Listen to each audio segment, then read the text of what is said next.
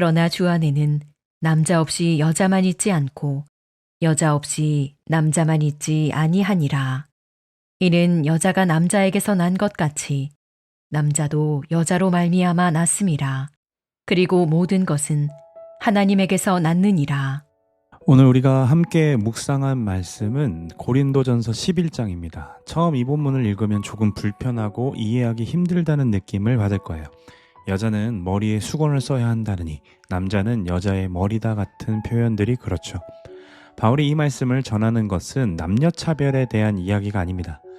우리가 가진 자유를 어떻게 아름답게 책임질 것인가에 대해 말하는 겁니다. 당시 고린도 교회에는 복음 안에서 자유함을 누린 성도들 중에 아주 열정적으로 신앙생활하는 여성들이 있었습니다. 그런데 그 자유가 표현되는 방식이 문제되기 시작했던 거죠. 당시 로마의 상류층 남자들은 이교 제사를, 그러니까 이방 제사를 참석할 때 머리에 옷자락을 뒤집어 쓰고, 또 이방 신전의 여자 사제들은 머리를 풀어헤치고 예언을 했다고 합니다. 그런데 복음의 자유라는 외침 하에 예배 중에도 여전히 머리에 옷자락을 뒤집어 쓰고 여자들은 머리를 풀어헤치는 경우들이 있었던 거죠. 물론 이 행동이 복음에 위배되는 것은 아니었지만 세상 사람들이 봤을 때에 기독교의 그 아름다운 예배를 이방 종교에 신접한 여인들의 모임처럼 비추기 때문입니다. 그래서 바울은 여성들을 향해 머리에 수건을 쓰라고 말한 겁니다.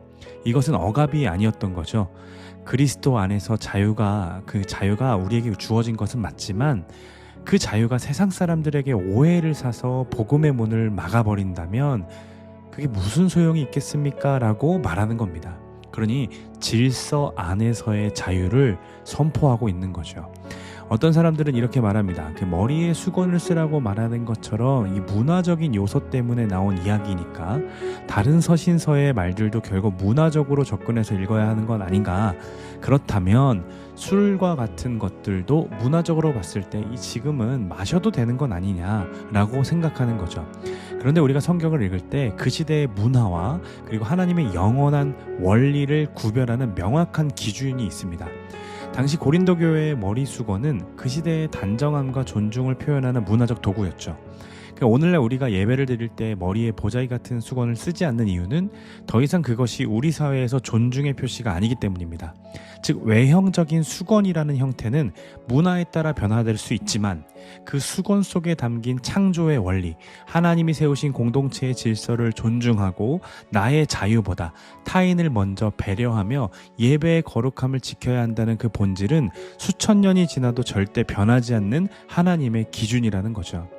성경이 죄라고 규정하는 도덕적이거나 영적인 원리들은 문화에 따라 타협할 수 없는 성경의 절대권위입니다.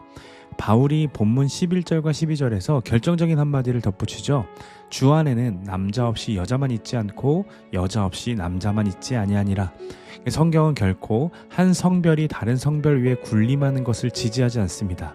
남자와 여자는 서로가 없으면 존재할 수 없는 동등하고 아름다운 동역자로 창조되었습니다. 오늘 아침 이 본문을 통해 우리가 스스로에게 던져볼 질문은 바로 이겁니다.